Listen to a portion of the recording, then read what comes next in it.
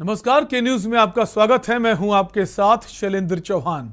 आज मंथन में बात करेंगे आगरा की घटना की, जहां अभी बीते दिनों एक लड़की का अगवा कर लिया गया था, ऐसी खबरें चली और बाद में पता चला वो अपनी मर्जी से गई हुई थी। बाद में पुलिस ने बरामदगी भी कर ली, लेकिन उसी बीच कुछ हिंदू संगठनों ने आरोपी जो था उसके घर को जला दिया। वो आरोपी जिसके साथ अपनी मर्जी से लड़की गई हुई थी। इसी पर आज हम बात करेंगे। भगवा फहराएंगे, घर जलाएंगे। आगरा की रुनकता से जिम संचालक साजिद के साथ लापता हुई युवती को पुलिस ने बरामद कर लिया। इसके बावजूद शुक्रवार की सुबह बवाल हो गया। युवती को अगवा करने के आरोपी के 2 घरों को फूंक दिया गया। एसएसपी सुधीर कुमार सिंह के अनुसार धर्म जागरण समन्वय संघ के कार्यकर्ताओं ने घरों में आग लगाई है। सूचना मिलते ही पुलिस और दमकल की टीम मौके पर पहुंच गई। दमकल ने आग को बुझाया। बताया जा रहा है कि उपद्रवी बंद मकानों के ताले तोड़कर अंदर पहुंचे और जमकर तोड़फोड़ की। इसके बाद आग लगा दी और फरार हो गए। एसएसपी सुधीर कुमार सिंह ने बताया कि आरोपियों की गिरफ्तारी के लिए पुलिस की 6 टीमें गठित की गई। अब तक 8 आरोपियों को गिरफ्तार कर लिया गया है। आरोपियों पर गैंगस्टर और रासुका के तहत बड़ी कार्रवाई की जाएगी। उन्होंने बताया कि इस मामले में लापरवाही बरतने पर रुनकता चौकी प्रभारी को निलंबित कर दिया गया है। थानाध्यक्ष के विरुद्ध जांच के आदेश भी दिए गए हैं। अगर इनकी भी लापरवाही पाई जाती तो कार्रवाई की जाएगी। रुनकता की रहने वाली छात्रा 11 अप्रैल के दोपहर लापता हो गई थी। परिजनों ने जिम संचालक साजिद पर उसे अगवा किए जाने का आरोप लगाया। उसके खिलाफ मुकदमा दर्ज कराया गया था। अखिल भारतीय हिंदू महासभा ने थाने का घेराव कर हंगामा किया था। पुलिस को युवती की बरामदगी का अल्टीमेटम दिया था। पुलिस ने बुधवार को दिल्ली से युवती को बरामद भी कर लिया। जिम संचालक की गिरफ्तारी नहीं हुई थी, इसके लिए पुलिस टीम दबिश दे रही थी। युवती का मेडिकल कराने के बाद नारी निकेतन भेज दिया गया था। सबसे पहले आपको दिखा देते हैं जो युवती है उसने क्या कुछ कहा।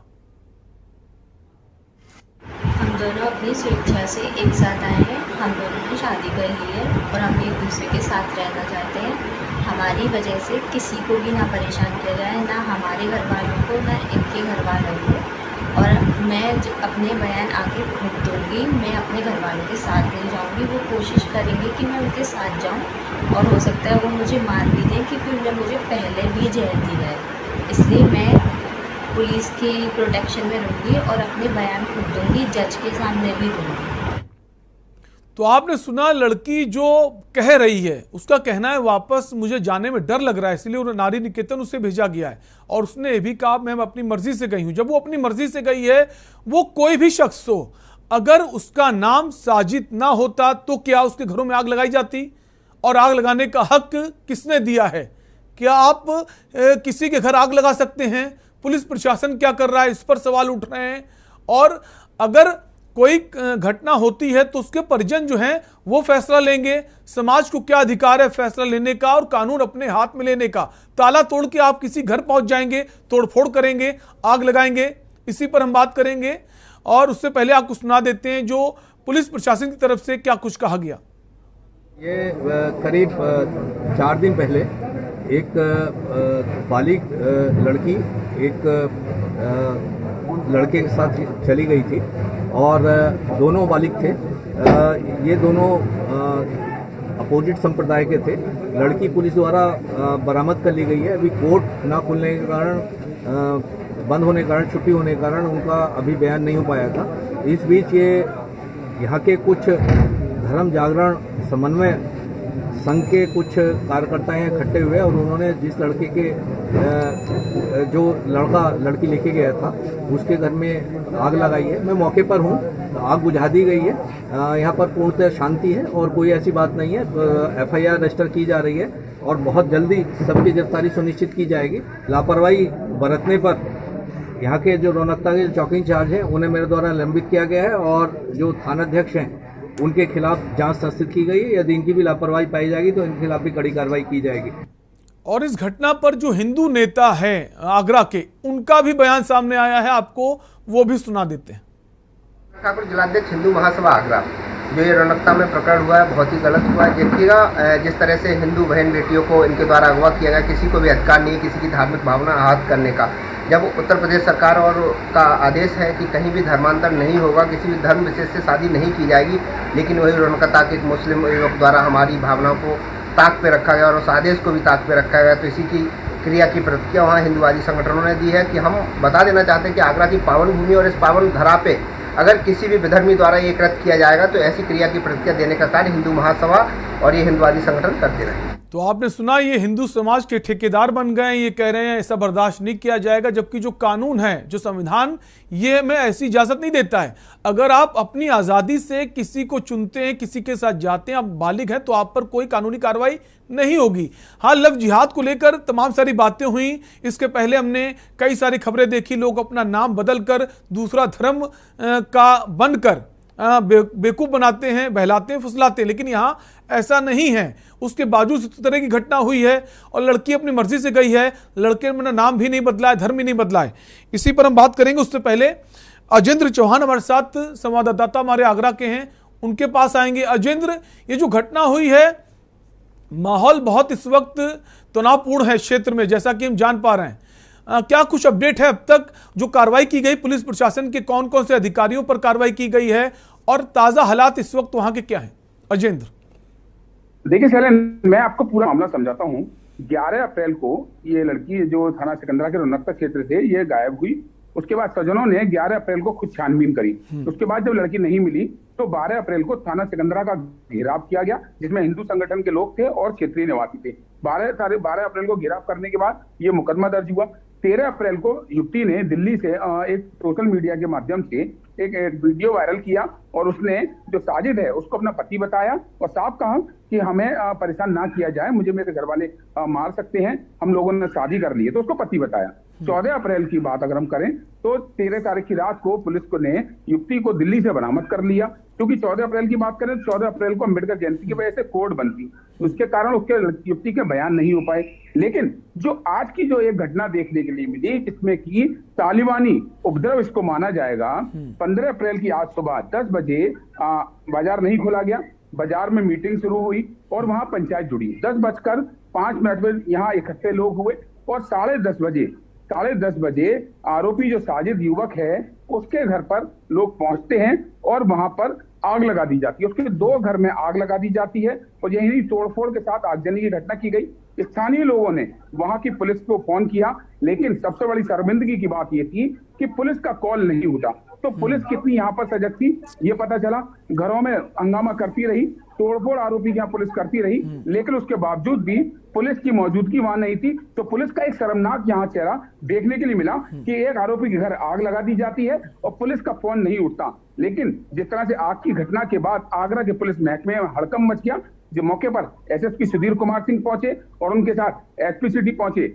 वहां पर साफ तौर से लोगों का आरोप था कि यहाँ पर जमकर लूटपाट की गई है और यही नहीं, जो जिम संचालक था उसके जो जिम का सामान था उसके तीसरे घर पर रखा हुआ था, वहां लोगों ने चढ़कर उसकी छत से वो सामान नीचे फेंक दिया। तो कुल मिलाकर यहाँ बवाल चलता रहा। काफी देर बाद यहाँ मौके पर पुलिस पहुंची। आनंद फानन में एसएसपी आगरा ने जो चौकी इंचार्ज रौनकता जितेंद्र है उसको निलंबित कर दिया।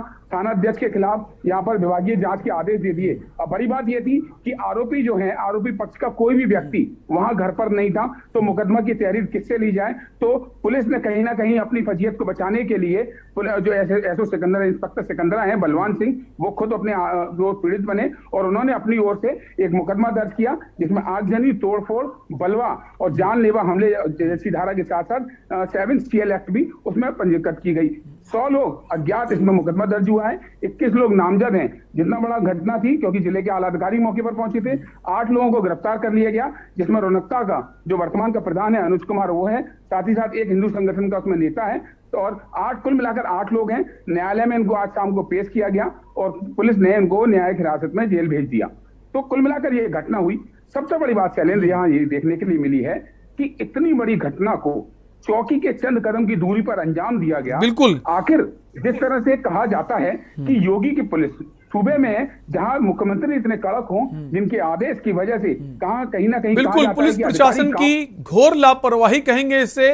इसके अलावा अजेंद्र, अगर साजिद की बात करें, जो युवक है वो इस वक्त कहां है, उसकी सुरक्षा भी जरूरी है, और उसके जो परिजन हैं वो कहाँ हैं? देखिए, जिस तरह से ये जो मुकदमा जब 12 अप्रैल को आगरा में दर्ज हुआ, उसके बाद से ही जो आरोपी जो साजिद है, जो आरोप लगा था लड़की को लेकर भगाकर अपहरण करके ले जाने का, वो आरोपी और उसका परिवारजन सभी लोग यहाँ से गायब हैं। उनके घर में ताला लगा हुआ है। जैसे हालांकि जब पब्लिक यहाँ सुबह पहुंचती है उस समय भी यहाँ ताला लगा हुआ था, और उसके बाद से यहाँ पर कोई भी नहीं पता। ठीक है अजेंद्र, वक्त कम है और भी हमारे साथ कुछ खास मेहमान जुड़ेंगे। ये सवाल है कि अब तो साजिद के ऊपर कोई आरोप नहीं बनता, ना उसके घर वालों के ऊपर, क्योंकि पीड़िता का जो हमने वीडियो देखा है लड़की का, उसने तो साफ कह दिया है कि मैं अपनी मर्जी से गई थी, मुझे कोई बहला फुसला के नहीं ले गया था। हाँ देखिए शैलेंद्र, वीडियो में साफ तौर से लड़की ने कहा कि हमने शादी कर ली है, मेरे ये पति हैं, लेकिन जो मुकदमा लिखा गया है, अगर हम मुकदमे की बात करते हैं तो आईपीसी के अंतर्गत जब तक उस पीड़ित जो युवती है, उस युवती का मजिस्ट्रेट के सामने बिल्कुल नारी निकेतन भेज दी गई, उसके बाद जब उसके बयान हो जाएंगे तो सारी चीजें क्लियर हो जाएंगी, स्पष्ट हो जाएंगी। बहुत बहुत शुक्रिया अजेंद्र तमाम जानकारी के लिए, हमारे साथ जुड़े रहने के लिए। और हमारे साथ बहुत खास मेहमान जुड़ गए हैं इसी खबर को लेकर। ओपी सागर जी हैं, पूर्व आईपीएस हैं। सर बहुत बहुत स्वागत है आपका। और इसके अलावा हमारे साथ प्रभात त्रिपाठी वरिष्ठ पत्रकार भी जुड़ेंगे, उनसे भी हम जानेंगे। सबसे पहले ओपी सागर जी के पास आएंगे। ओपी सागर जी, जैसे आपने पूरी घटना को देखा, अभी कितनी निंदनीय घटना है, क्या पुलिस प्रशासन का बहुत बड़ा फेल्योर है, कैसे देखते हैं आप? शैलेंद्र जी, ये जो घटना फेलियर तो एकदम नहीं कहा जा सकता, लेकिन हाँ ये है कि एहतियाती कदम जो पहले से बढ़ा लिए जा रहे हैं तो शायद इस तरह की घटना ना हो। ये हमेशा रहता है आजकल, जब दो अलग अलग संप्रदायों के युवक युवती आपस में शादी कर लेते हैं तो जाहिर सी बात है कि संगठन जो हैं वो सक्रिय हो जाते हैं, और इधर हिंदू संगठनों की सक्रियता देखी भी जा रही है। अब इसमें जो है पहले से ही जब लड़की का एक बयान भी आ गया, वीडियो सामने आ गया, तब पर भी जो है जहां तक मुझे है कि ऐसे में पुलिस को अत्यधिक सतर्कता की जरूरत थी। उन्हें सभी लोगों से कॉन्फ्रेंस में लेके बात कर लेनी चाहिए थी, ताकि इस प्रकार की कोई जो है घटना ना होती। उन्हें कॉन्फिडेंस भी लेने का जो वहाँ के जिम्मेदार लोग थे, हिंदू मुस्लिम दोनों ही तरफ के, उनको बता दिया जाता है कि देखिए आप माहौल खराब ना करें। और यहाँ पर माहौल खराब होने की चूंकि आशंका थी, इसलिए पर्याप्त संख्या में वहाँ पुलिस बल तैनात किया जाना चाहिए था। बिल्कुल ये किया गया। अगर वो हो जाता तो मैं समझता हूँ कि शायद इस तरह की गंभीर घटना नहीं हो जाती। बिल्कुल सर, जब ये घटना हुई है, युवती को अगवा किया गया है, उसके परिजनों की तरफ से एफआईआर दर्ज की गई है साजिद के नाम पर कि उसने बहला फुसलाकर उसको भगा ले गया है, तो ये जानकारी पुलिस को थी, पहले से थी, और वो जानकारी जो पुलिस को थी हिंदू संगठन को पहुंच जाती है। ये कितना बड़ा फेल्योर है। और इस वक्त जो हालात हम देख रहे हैं, देश के कई राज्यों में रामनवमी को लेकर हालात बहुत तनावपूर्ण बने हुए हैं। ऐसे हालात में पुलिस की जिम्मेदारी और ज्यादा बढ़ जाती है कि आपको इस पर बहुत ध्यान देना चाहिए था। सर यही तो मैं कह रहा हूँ जी, आप मेरी बात का जो है समर्थन कर रहे हैं। देखिए इस प्रकार की घटना हुई, घटना का कोई संज्ञान नहीं लिया जाता।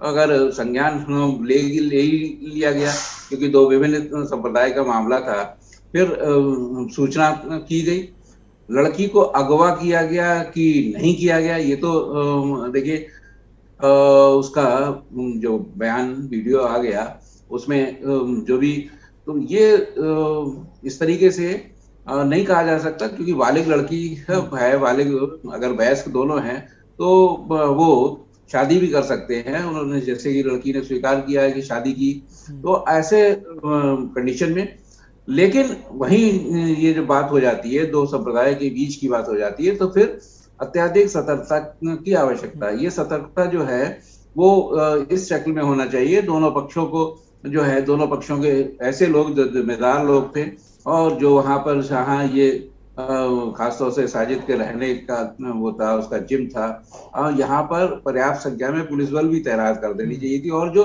हिंदू संगठन के लोग हैं, उनसे भी पहले ही बात कर लेनी चाहिए कि हम इसमें गंभीर कार्रवाई कराएंगे, लड़की को बरामद कर लेंगे। और लड़की बरामद कर भी ली गई, बरामद की अपने आप आई, ये तो हम नहीं मालूम है, लेकिन फिर उसके बाद में वहां से उसको नारी निकेतन भी भेज दिया गया है। और नारी निकेतन के बाद में अब जब मंडे को सोमवार को मजिस्ट्रेट के सामने बयान होगा, तो अगर बयान जो है उस समय लड़की ने इसके फेवर में दिया तो जाहिर सी बात है कि कोई भी कार्रवाई कोई कानून नहीं कर सकता, क्योंकि वयस्क लोगों ने, दो वयस्क लोगों ने शादी की है, धर्म अलग चीज है, लेकिन ये संविधान भी मान्यता देता है, सुप्रीम कोर्ट भी मान्यता देता है, बिल्कुल, इसलिए वो उसमें नहीं हो सकता। लेकिन ये जो है कि अब आप दूसरा पहलू ये देखिए कि लड़की ने इस प्रकार का बयान दिया, तो जो घर जला दिए गए, जिन लोगों के लूटपाट का आरोप है या जो लोगों का, वो तो ठीक हो नहीं जाएंगे, बिल्कुल, बिना जले नहीं माने जाए हो सकते, वो तो जल गए तो जल गए, खत्म हो गए। उसके दोषी लोग जो हैं वो जो है आगे इस प्रकार की कोई घटना ना करें और लोग भी इस प्रकार का दुस्साहस ना करें, उसके लिए उनके खिलाफ सख्त कार्रवाई बहुत आवश्यक, सख्त कार्रवाई बहुत आवश्यक। बिल्कुल सही कह रहे हैं सर। हमारे साथ प्रभात जी बने हुए हैं। प्रभात जी, जो घटना हुई है, जो कृत्य हुआ है आगरा में, क्या यह हिंदुत्व को बदनाम नहीं करता है? जो हिंदू संगठनों ने यह काम किया है, घरों में आग लगा दी है।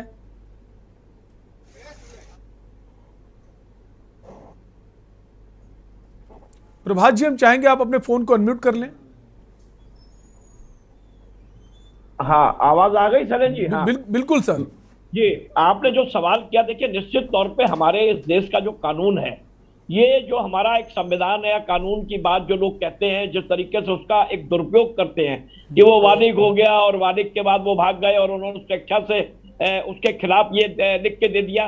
देखिए ये सब चीजें बिल्कुल एक अलग है, लेकिन इसको लव जिहाद और धर्मांतरण से जिस तरह जोड़ के देखा जा रहा है, सबसे प्राइमा फेसी इस पूरे मामले में पुलिस का काम, जो वहां का चौकी इंचार्ज था, उसकी एक जिम्मेदारी और थाना अध्यक्ष की ज्यादा थी कि आज समाज हमारा देखिए किस तरफ जा रहा है। समाज में जिस तरीके के ये दबंग और ये हिंदूवादी और ये जो ठेकेदार पैदा हो गए हैं, ये लोग अब तय करेंगे देश का कानून। क्या ये लोग तय करेंगे कि अब किसके घर में आग लगानी है?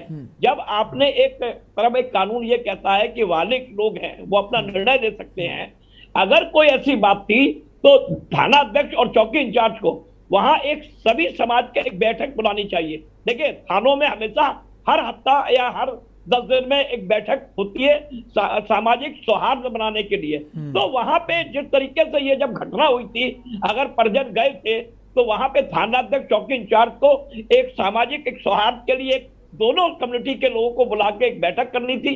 और उसके अलावा जब तक पूरी, देखिए पुलिस की जो थ्योरी होती है, जो इन्वेस्टिगेशन थ्योरी होती है, वो इतनी वैसी है कि उस पेचीदे में लोग पढ़ के इस तरीके का कम्युनल राइट्स भी हो जाते हैं। और जिस तरीके से उसके जिम को आग लगाई गई, जिस तरीके से ये धार्मिक एक उन्माद पैदा करने की एक कोशिश की गई, कम्युनल राइट्स करने की कोशिश की गई। जब आप किसी के घर को जलाएंगे और किसी पे आग लगाएंगे तो वो डरा सहमा और भी ये एक आग भड़केगी। तो ये वहीं रोका जा सकता था अगर इसको पुलिस, हमारी थाना इंचार्ज, चौकी इंचार्ज, ये बहुत बड़े दोषी हैं। अगर इस तरीके कोई घटना हुई थी और वो लड़की दिल्ली में बरामद हो गई, अब उसके बयान होंगे, बयान के बाद अगर उसने, भाई साहब उसने क्या किया, ये मेरा पति है, तो जब ये सारी चीजें आ गई तो इसको पुलिस की सबसे ज्यादा लापरवाही है।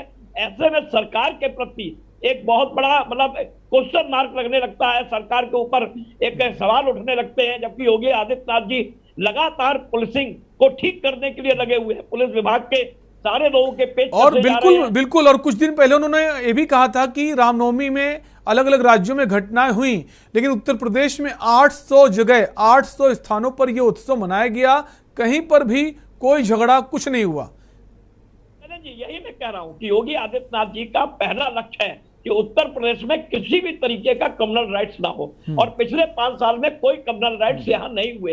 लेकिन जिस तरीके से ये पुलिसिया कार्रवाई जो होती है, अगर ये नचर कार्रवाई से अगर ये बातें इतनी आगे तक बढ़ गई कि वहां आग लगा दी गई, बवाल हुआ, फिर वहां लोगों ने इकट्ठा किया, ये नौबत क्यों आई? तो कुछ पुलिस वाले ऐसे हैं जो सरकार के एक अच्छे इरादे पे पानी फेर देते हैं, लापरवाही जिसे कहते हैं। अरे आपको पूरी ट्रेनिंग दी जाती है, आपको बाकायदा एक निर्देश है थाना इंचार्ज को कि हर 15 दिन में आप, सागर साहब बैठे हुए हैं जानते हैं कि हर 15 दिन में एक सौहार्द, एक समाज की एक बैठक होती है, सभी वर्ग के लोगों को बुलाया जाता है और माहौल को अच्छा रखने के लिए एक बैठक होती है। तो ये सारी चीजें इसमें प्राइमा कैसी दोनों लोग इसमें दोषी हैं, सरकार का इसमें कोई दोष नहीं है और सरकार को कटघरे में खड़ा भी नहीं करना चाहिए। अब इसमें राजनीतिक सियासतबाजी होगी, लोग राजनीति करेंगे, राजनीतिक दल इसमें अपनी राजनीतिक रोटियां सेकेंगे।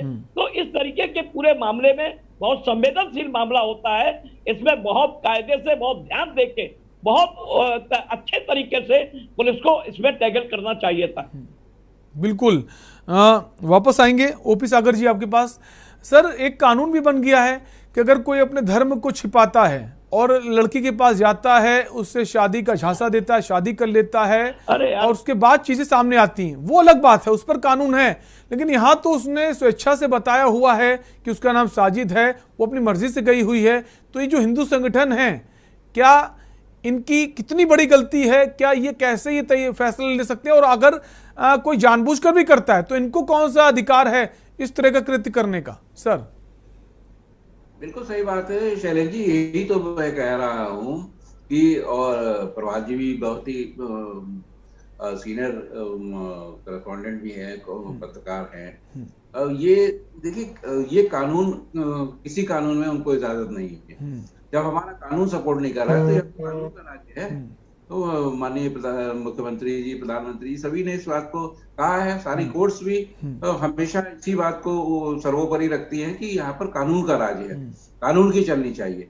ये जो अपने कथित जो समाज के ठेकेदार कानून को अपने हाथ में ले लेते हैं, ऐसे इशू पे ले लेते हैं, ये लोकल स्तर पे आगरा में हो गया, ठीक है, अब दिल्ली मेट्रोज में, बॉम्बे में देखिए कितने बड़े बड़े लोग हिंदू लड़कियों के साथ में मुस्लिम्स ने शादी की है, मुस्लिम लड़कियों ने हिंदू लड़कों से शादी की है। वहां पर तो इस प्रकार की कोई बात नहीं होती, क्योंकि वहां पर इस प्रकार का धार्मिक उन्माद फैलाया नहीं जाता। यहाँ क्या है कि जो इस प्रकार के संगठन जिन्होंने अपने कंधे पे तो वो ऐसी जिम्मेदारी ओढ़ ली है जो कि नहीं ओढ़नी चाहिए। ये भारतवर्ष में सभी धर्म संप्रदाय के लोगों को समानता का रहने का अधिकार है, संवैधानिक अधिकार भी है, और साथ साथ जो है जो सामाजिक अधिकार होते हैं वो भी है। ऐसे में ये इस प्रकार के उत्पात कर देना, मैं समझता हूँ कहीं भी सही नहीं है। उनको अपने आप को रेस्ट्रेन करना चाहिए, रोके रखना चाहिए, ताकि इस प्रकार की घटनाएं ना हो। और ये जो प्रभात जी ने कहा, उससे पहले मैंने भी कहा, देखिए थाना लेवल पे, चौकी लेवल पे हमें सम्राट लोगों से, हमेशा अच्छे लोगों से बातचीत करके लगना चाहिए, जिनका समाज में प्रभाव हो। होता क्या है, दलालों से हम लोग का संपर्क रहता है। आजकल जो है कई वर्षों से मैं देख रहा हूँ, पुलिस जो है इसको बिठालती है जो ऐसा रसूखदार हो, ऐसा प्रभावशाली हो, जो उनके काम सिद्ध कर दे, किसी भी तरीके के काम सिद्ध कर दे, पुलिस उनको जो है मानती है। तो उनके कहीं कहीं तो चरण स्पर्श करती है। लेकिन जो समाज में वास्तव में हैसियत रखते हैं, जिनका कहना 10 लोग मानते हैं, 100 लोग मानते हैं, उनसे हम संपर्क नहीं रखते, क्योंकि वो दलाली तो कराते नहीं।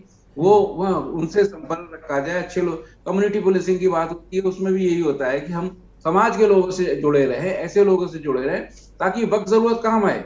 इसमें यही करना चाहिए था। और जब एक संवेदनशील इशू है, बिल्कुल तो सर, और सर पिछले कुछ समय से हम देख पा रहे हैं तमाम जगह से ऐसी घटनाएं सामने आ रही, तो क्या पुलिस प्रशासन की जिम्मेदारी और ज्यादा नहीं बढ़ जाती कि ऐसे जो संगठन हैं, खासकर जो धर्म के से जुड़े संगठन हैं, चाहे वो हिंदू धर्म हो, मुस्लिम धर्म हो या किसी और के धर्म के हो, उन धर्म संगठनों की तरफ खास नजर रखनी चाहिए। जो खुफिया विभाग है उन पर नजर बनाए रखे, वो क्या मूवमेंट कर रहे हैं?